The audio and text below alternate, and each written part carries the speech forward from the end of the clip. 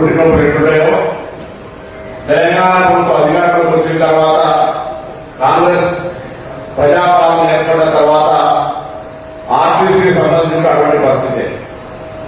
RTC గత 10 సంవత్సరాలుగా ఒక బస్సు కూడా కొనకుండా, ఒక ఉద్యోగిని నియమించుకోకుండా 15 సంవత్సరాలు వయసు పడ్డ బస్సులన్నీ గ్యారెంటీకి వెళ్ళిపోతా ఉంటుంటే, వయసు దాని వాళ్ళు రిటైర్మెంట్ వెళ్ళిపోతా ఉంటుంటే, పరిమాణం పెరిగి అనేక రకాలుగా సమస్యలు ఎదుర్కొంటున్న సమయంలో కూడా ఎండీ గారు వచ్చారు. ఎండీ గారు కొంత ఉపశమనం కలిగే విధంగా తనకు ఉండబడేటువంటి అధికారాన్ని నియమించి చర్య తీసుకునే ప్రయత్నం జరిగింది. డిసెంబర్ 9న ఆర్టీసీ మామూలుగా ఒక ఆడపిల్ల ఉంటే మన ఇంటికి మహాలక్ష్మి వచ్చిందని మన ఎట్లయితే ఒక సంతోషమైన కుటుంబం బాగుపడుతుందో